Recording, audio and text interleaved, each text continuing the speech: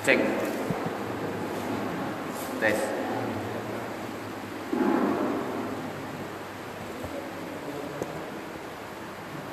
Mat.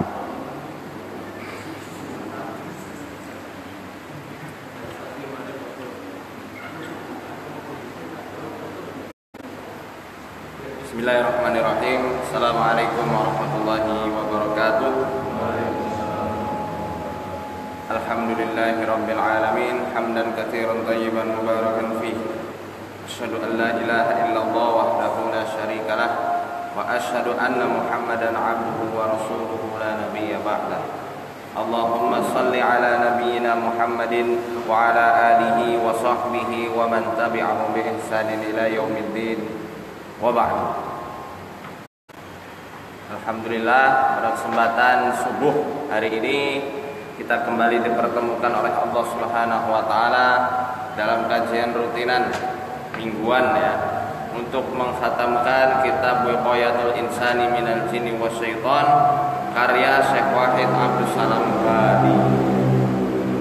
Alhamdulillah, kita sudah masuk ke dalam pembahasan inti ya. Jadi menurut Syekh Wahid Abdus Salam Bali, pembahasan inti dari kitab beliau ini adalah bab yang kedua.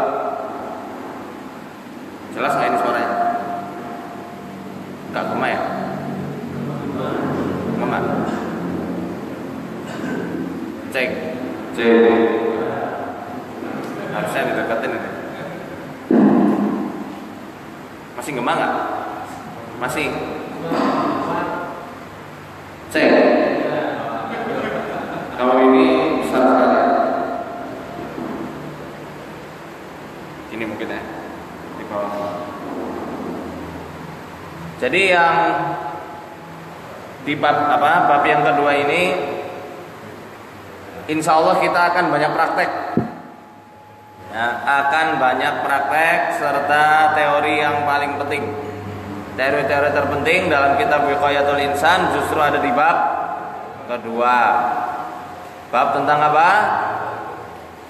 Haqiqatus syar'i wa ilaj, tentang hakikat kesurupan dan tata cara menangani orang-orang yang kena kesurupan, kena ganggu jin. Kemarin kita sudah bahas apa? Pak, isi yang depan dulu. Sini Mas, maju. Diisi.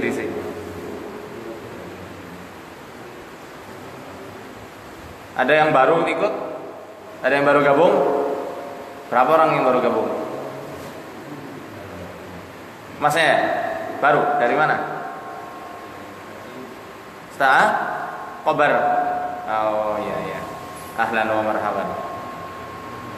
Ya. Apa yang kemarin sudah kita bahas tentang ciri-ciri gangguan jin? Ya, ada dua ya kemarin. Ciri-ciri ketika terjaga dan ciri-ciri ketika tidur. Ciri-ciri saat manusia bangun terjaga dan ciri-ciri saat tidur. Tetapi porsi yang dibanyakin oleh Syekh Wahid Abdus Salam Bali dalam kitab ini adalah ciri-ciri saat tidur. Kenapa lebih banyak gangguan jin itu terjadi saat tidur? Karena di saat itulah proses kesadaran manusia adalah antara sadar dan tidak sadar. Ya, makanya saat tidur itu adalah saat-saat paling rawan setan mengganggu manusia. Oleh karena itu kita juga pernah membahas tentang bab tanwim magnetisi, atau yang sering disebut oleh orang-orang di masa kini sebagai hipnotis. Itu pernah kita bahas.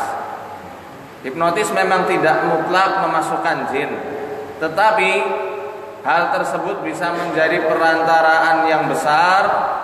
Jin itu bisa menguasai dan merasuk ke dalam tubuh manusia. Pembahasan lengkap sudah pernah kita bahas, tidak saya ulangi lagi. Ya, maka dari itu tanda-tanda yang paling banyak yang dijelaskan oleh Syekh Wahid Abdus Salam Bali dalam kitab ini adalah saat tidur. Di antaranya apa kemarin? Al-araq,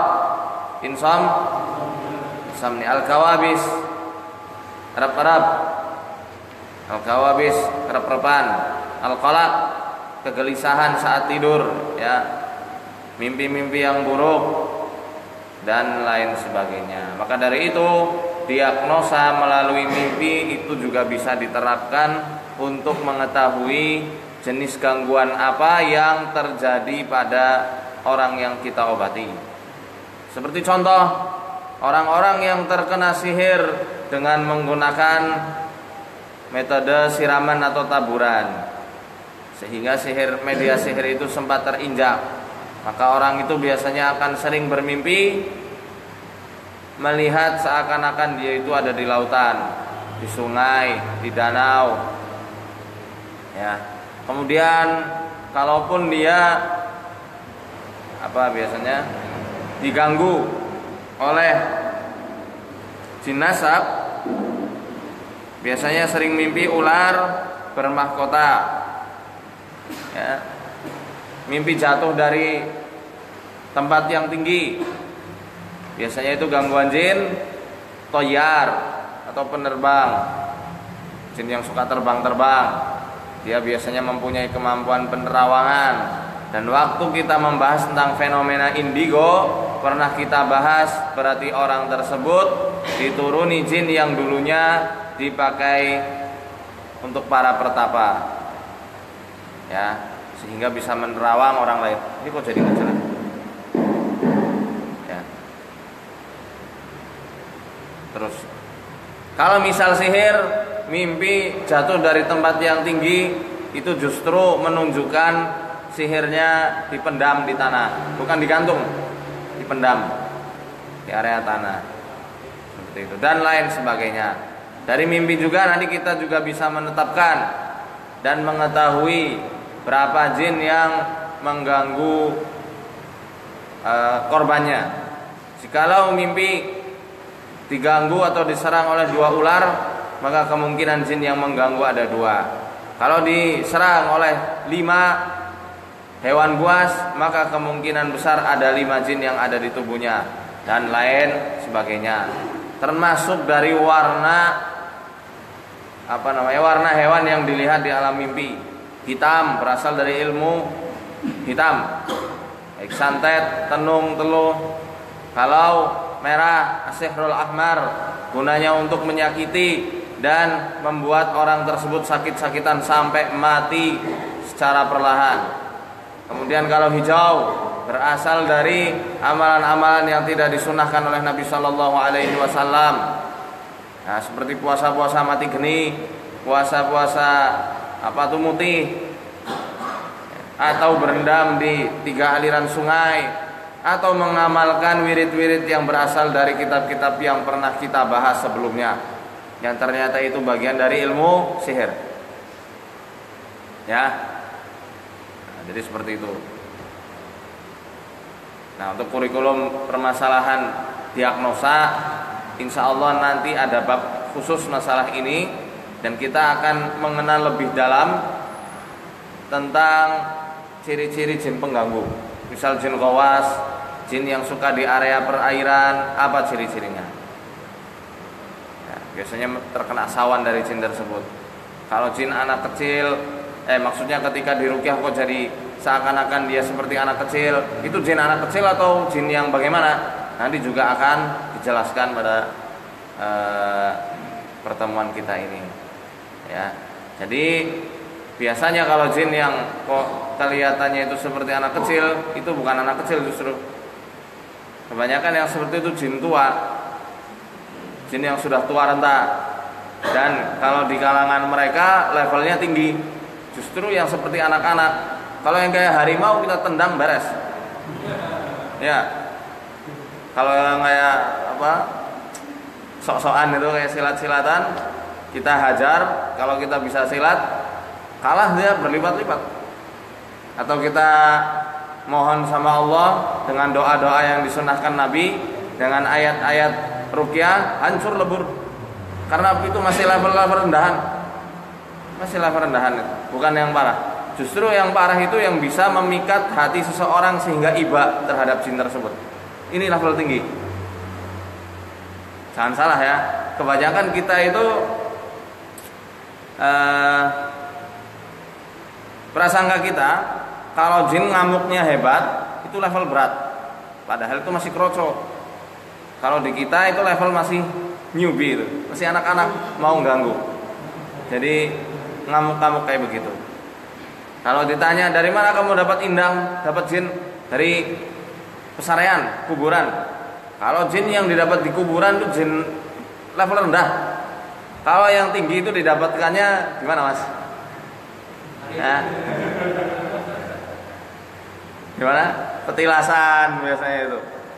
Di petilasan, di pertemuan 3 sungai, pertemuan antar sungai itu ya, di lautan, atau di tempat-tempat yang tinggi kesyirikannya. Tempat yang tingkat kesyirikannya itu tinggi, di situ biasanya setannya level tinggi, level berat di kalangan mereka. Dan kita pun selaku peruqyah harus mengetahui tentang langkah-langkah mereka dalam menipu serta mengganggu manusia, supaya kitanya juga tidak tertipu. Nah, nanti di sini akan kita bahas juga. Ya. Kita sudah masuk ke dalam sifat-sifat mu'alij, sifatul mu'alij. Sifat-sifat yang harus ada pada diri seorang peruqyah.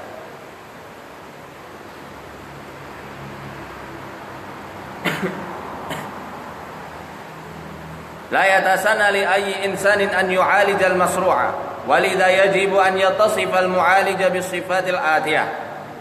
Tidak ada seorang pun yang dikecualikan untuk bisa meruqyah. Semua orang bisa meruqyah. Maka dari itu wajib hukumnya dan harus ditetapkan sifat-sifat yang bisa menjadi suri tauladan yang harus ada pada diri seorang mu'alij, yang harus ada pada diri seorang peruqyah. Di antaranya adalah an yakuna mu'taqidan aqidatus salaf as-salih ridwanullahi alaihim. Harus mempunyai akidah seperti akidahnya para salafus salih ridwanullahi alaihim. Semoga Allah meridhai mereka. Ya. Tilkal aqidatus safiyatun naqiyatul baydha'un nasi'ah. Yang intinya akidah itu adalah akidah yang bersih, suci dari noda-noda kesyirikan, suci dari berbagai penyimpangan-penyimpangan akidah, tidak mendukung yang namanya praktek-praktek kesyirikan, tidak bekerja sama dengan bangsa jin, dan harus betul-betul meyakini Allah sebagai pelindung dan penolongnya. Sehingga ketika seorang peruqyah mempunyai akidah yang suci, akidah yang murni, akidah yang bersih dari segala macam bentuk-bentuk kesyirikan, Allah yang akan menuntunnya kepada jalan terbaik untuk mengobati saudaranya, tanpa disibukkan dengan sebuah teknik. Ya, teknik jari tauhid, tunjuk kok kenapa ngelaper-ngelaper. Ketika orang ditunjuk, kenapa kok jembalitan kayak kesakitan sekali? Saya tidak tahu. Dan itu bukan jurus, bukan kayak Piccolo, bukan gitu ya. Bukan juga harus pakai teknik Kamehameha misalnya, teknik rasengan misalnya. Tidak pakai kayak begitu. Teknik pukulan maut, tendangan maut, pedang matahari, aduh, udah jadi baja hitam RX ya. Kita tidak perlu disibukkan dengan teknik-teknik seperti itu. Ketika seorang peruqyah mempunyai akidah yang suci, kenapa? Jin akan takut dengan orang yang betul-betul memurnikan akidahnya. Betul-betul dia paham betul terhadap tugas dirinya selaku seorang hamba. Paham betul haknya Allah atas dirinya. Ketika benar-benar sudah dijalankan, Allah akan jamin semua-semuanya. Makanya Allah berfirman dalam surat Al-An'am yang sering kita bahas, alladzina amanu wa lam yalbisu imanahum bidzulmin ulaika lahumul amnu wa hum muhtadun. Nah, ini sering kita perdengarkan, yaitu orang-orang yang beriman kepada Allah kemudian tidak mencampur adukkan keimanan mereka dengan kezaliman atau kesyirikan, maka bagi mereka jaminan keamanan dari Allah Subhanahu wa taala, dan mereka termasuk orang-orang yang diberi petunjuk dari Allah. Akan dituntun. Dia sakit, Allah tuntun jalan terbaik untuk dia itu sembuh. Dia terlilit hutang, Allah tuntun sehingga mendapatkan jalan terbaik untuk melunasi hutang-hutangnya tanpa riba. Dia kesempitan rizkinya, Allah akan tuntun. Ketika akidahnya itu benar-benar murni, Allah tuntun sehingga apa? Allah lapangkan rizkinya seluas-luasnya. Dikasih rizki dari arah yang gak disangka-sangka. Ini yang harusnya menjadi patokan. Jodoh belum datang, ikuti kajian tauhid dari para asatidzah. Gak mesti ruqyah mulu. Kajian tauhid, bahas kitab-kitab tauhid, pahami betul, amalkan di keseharian. Bagaimana cara kita bertawakal, bagaimana caranya ikhlas memurnikan ibadah kepada Allah, untuk Allah Subhanahu wa taala. Bagaimana kita bisa menghindari praktek-praktek kesyirikan. Kalau itu sudah betul-betul difahami dan diamalkan, Allah antarkan jodoh solihah, cantik, muti'ah, Masya Allah, tanpa disadari. Ya Mas Arif? Oh Mas Arif dibully terus. Kita doakan lah untuk para jombloan dan jomblowati yang ikut dan menyimak kajian ini. Allah permudah jodohnya dan cepat-cepat nikah dengan cara yang Allah ridhoi dan dipermudah sekali insya Allah. Dan tentang akidah yang sahih ini, wahai Bapak Ibu yang dirahmati Allah Subhanahu wa taala, tidak bisa kita anggap remeh. Dan ini adalah sesuatu yang paling penting, yang mendasar atas setiap mukmin yang mengaku beriman kepada Allah Subhanahu wa taala. Maka dari itu saya Wahid Abdul Salam Bali kemarin di Muqaddimah bab 1, apa yang dibahas pertama kali? Bukan gaibnya. Apa? Keimanannya. Ketakwaan seseorang kepada Allah Subhanahu wa taala. Ya kan? Dikelowongi lagi itu.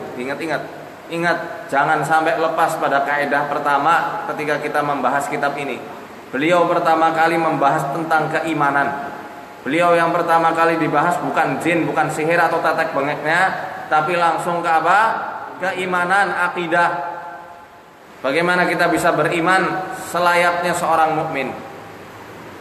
Dengan keimanan ini Allah bisa hapus dosa-dosa kita yang telah lalu. Ya, seperti hadis yang diriwayatkan oleh Imam Ahmad ketika Abu Dzar Al-Ghifari radhiyallahu anhu mendatangi Nabi sallallahu alaihi wasallam untuk meminta wasiat atau nasihat dari Rasulullah sallallahu alaihi wasallam. "Ausini ya Rasulullah." Berikan aku nasihat wahai Rasulullah. Ya. Abu Dzar Al-Ghifari kemudian Rasulullah SAW bersabda menasihatkan kepada Abu Dzar, ya, wahai Abu Dzar, idza amilta sayyi'atan fa'atbi hasanatan tamhuha. Apabila engkau mengamalkan sebuah dosa, sebuah kemaksiatan, ikuti perbuatan dosa tersebut dengan perbuatan baik yang dapat menghilangkan perbuatan dosa yang telah lalu. Lalu Abu Dzar bertanya, "Aminal hasanati la ilaha illallah." Wahai Rasulullah, apakah kalimat la ilaha illallah atau kalimat tauhid ini adalah sebuah kebaikan? Kata Rasul sallallahu alaihi wasallam, "Ya afdalul hasanat." Sesungguhnya kalimat tauhid adalah seutama-utamanya kebaikan. Jadi tidak bisa diremehkan ketauhidan ini. Tidak bisa diremehkan yang namanya keimanan. Bahkan dalam hadis riwayat Imam An-Nasa'i, diriwayatkan juga oleh Imam Ahmad, ya, disahihkan oleh Syekh Al-Albani rahimahullahu taala. Ketika Nabi Musa alaihi salam bermunajat kepada Allah Subhanahu wa taala, seraya beliau menengadahkan tangan serta mengucapkan beberapa permintaan. Ya Rabbi alimni syai'an adkuruka bihi wa ad'uka bih. Ya Allah, wahai Tuhanku, ajari kepadaku sesuatu yang dengannya aku bisa mengingatmu dan dengannya pula aku dapat berdoa kepadamu. Apa jawab Allah? Qul ya Musa la ilaha illallah. Katakan wahai Musa, la ilaha illallah. Apa artinya la ilaha illallah? Tidak ada Tuhan selain Allah. Tapi saat itu Nabi Musa pengen yang lebih spesial. Karena beliau tahu setiap makhluk yang ada di langit dan di bumi semuanya mengucapkan la ilaha illallah. Maka saat itu Allah langsung memberitahu kepada Musa, "I'lam ya Musa, ketahuilah wahai Musa, ya. Lau anna samawati sab'i wa ahlihinna wal ardina fi kiffah wa la ilaha illallah fi kiffah malat bihinna la ilaha illallah."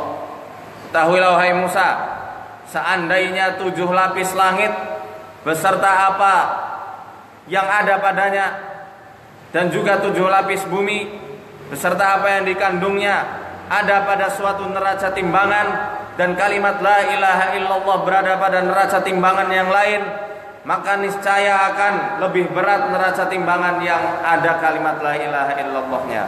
Subhanallah. Lebih berat daripada 7 lapis langit, langit dan 7 lapis bumi. Langit itu lebih besar ya, berlipat-lipat. Penghuninya aja Masya Allah besar-besar. Para malaikat besarnya seperti apa? Diceritakan dalam banyak hadis. Jibril saja mempunyai 600 sayap, yang katanya antara satu sayap dengan sayap yang lain menghabiskan waktu 500 tahun perjalanan baru nyampe. Aduh, tidak bisa dibayangkan besarnya seperti apa. Kalau mau tahu ya besok di padang mahsyar, ketika kita dikelilingi oleh para malaikat. Besar, berat, tapi itu tidak ada apa-apanya dibandingkan kalimat tauhid la ilaha illallah. Maka dari itu, untuk setiap peruqyah dan juga orang-orang yang hendak diruqyah, jangan malas dan jangan punya mental tempe. Mintanya cuma pengen diruqyah tok, tidak mau ada usaha. Ya kan? Jangan punya mental kerupuk, cuma pengen diruqyah tapi tidak mau ada usahanya sama sekali. Maka amalkan hadis yang diriwayatkan oleh Imam At-Tirmidzi dan ini sanadnya hasan, sahih. La ilaha illallah wahdahu la syarikalah, lahul mulku wa lahul hamdu wa huwa ala kulli syai'in qadir. Baca ini setiap harinya kalau bisa 100 kali. Kenapa harus 100 kali? Rasulullah SAW yang mengabarkan kalau seseorang membaca la ilaha illallah wahdahu la syarikalah lahul mulku wa lahul hamdu wa huwa ala kulli syai'in qadir 100 kali dalam seharinya, Allah tambahkan 100 kebaikan, Allah hapuskan 100 keburukan, Allah jadikan pahalanya seperti memerdekakan 10 orang budak, dan Allah akan berikan perlindungan baginya dari gangguan setan dari terbitnya fajar sampai sore hari. Pernah ada kisah yang dibawakan oleh Syekh Wahid Abdus Salam Bali. Seorang keluarga, ya, sekumpulan keluarga, mereka ini semuanya kena sihir. Semuanya kena sihir kecuali satu orang. Satu orang sihir tidak bisa tembus. Satu orang ini sihir tidak bisa tembus sama sekali. Ditanya jinnya sama Syekh Wahid Abdus Salam Bali, jin, kenapa kamu tidak merasuki anak ini? Aku tidak bisa wahai Syekh. Ketika aku hendak merasuk ke dalam orang ini, aku dapati ada cahaya yang berlapis-lapis melindunginya sehingga aku terhalangi, sehingga aku susah sekali untuk masuk ke dalam orang tersebut. Kenapa bisa demikian, kata Syekh Wahid Abdus Salam?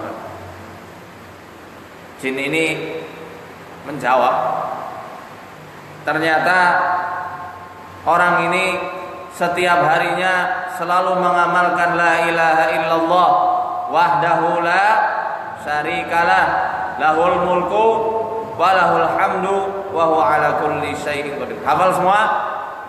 Hafal. Disikirkan enggak? Wong akeh pisan ada walah. Kesel. Wong cuma kalimat sependek itu bae ada yang ngomong dakwah. Sedangkan rapalan yang berlembar-lembar, yang rapalan itu tidak ada sunnahnya dan tidak jelas juga pahalanya, ada yang dan banyak yang mampu mengamalkan. Inilah mengapa saya bilang, Bapak Ibu yang dirahmati oleh Allah Subhanahu wa taala, jangan harap kita menang lawan para wali-wali setan. Kalau kita masih malas-malasan menjalankan dan menghidupkan ibadah yang sunnah, apalagi yang wajib. Ya. Kenapa demikian? Bayangkan. Ini kenapa kok di sini saya Wahid Abdul Salam Bali mensifati atau menetapkan poin pertama, orang yang meruqyah itu harus benar ketauhidannya. Bayangkan. Kira-kira orang punya ilmu kebal, punya ilmu sihir, bisa mabur, bisa mohon maaf memindahkan barang dari satu tempat ke tempat lain, atau bahkan mohon maaf memindahkan kemaluan laki-laki dari tempatnya sampai ke jidat. Kira-kira mereka yakin apa enggak sama ilmunya itu? Yakin enggak? Sangat yakin. Pede? Oh, sangat pede mereka. Sombong, betul-betul sombong. Bahkan pernah ada orang, saya tangani orang dari Pekalongan. Dia itu mutusin orang yang suka sama dia. Sampai akhirnya dia itu bersumpah, si fulana sudah saya sihir dan tidak akan pernah bisa menikah. Kalau dia sampai bisa menikah, apalagi sampai hamil, aku akan memakan kotorannya. Itu kata si dukun. Itu bukti bahwasanya mereka mempunyai keyakinan yang amat sangat luar biasa terhadap setan yang mereka sembah-sembah. Dan mereka tidak main-main Bapak Ibu sekalian. Syarat-syaratnya berat. Jangan dikira para penyihir itu syaratnya cek-cek, enggak, berat sekali. Mau saya kasih tahu? Sedikit aja ya. Yang paling lumrah, puasa. Puasa pun biasanya puasanya yang aneh-aneh. Ada yang disuruh ngasrep. Puasa ngasrep itu puasa yang bukannya hanya boleh pakai daun-daunan. Tidak boleh makan makanan bernyawa. Ikan tidak boleh, ayam tidak boleh, sapi tidak boleh, telur tidak boleh. Apun gimana? Nggak boleh juga. Ngasrep, mutih. Mungkin level tertingginya bukannya cuma pakai satu butir nasi, betul lah? Iya, cuma pakai satu butir nasi aja. Yang paling parah ya pati geni. Tahu puasa pati geni? Puasa apa itu? Iya, tidak makan, tidak minum, tidak boleh tidur, tidak boleh kena cahaya. Dan herannya kuat disuruh melakukan puasa gila ini selama 40 hari 40 malam. Loh ada. Kalau orang Sumbang itu ada itu. Ibu-ibu. Kuat. Lah Allah. Nah kita suruh puasa Senin Kamis kadang bolong-bolong ya. Aduh apa temen lah. Kayak kencot-kencot kan puasa. Nah. Jangan puasa Senin Kamis yang sunnah. Puasa yang wajib bulan Ramadan. Kadang banyak orang mukmin yang masih bolong. Nah kayak kowe kok kepengennya sekali ruqyah sembuh, mimpi. Wong Rasul sallallahu alaihi wasallam beliau sayyidul anbiya wal mursalin, pemimpinnya para nabi dan rasul. Beliau Habibullah, kekasihnya Allah Subhanahu wa taala, sudah dijamin surga ketika kena sihir oleh Labid bin Aqsam. Berapa hari beliau disembuhkan? 40 hari. 40 hari taraf seorang rasul. Dah instan. Lah kita kepengennya sekali ruqyah mandiri beres kabeh. Lah ya kepriwe? Cek dulu bagaimana ibadah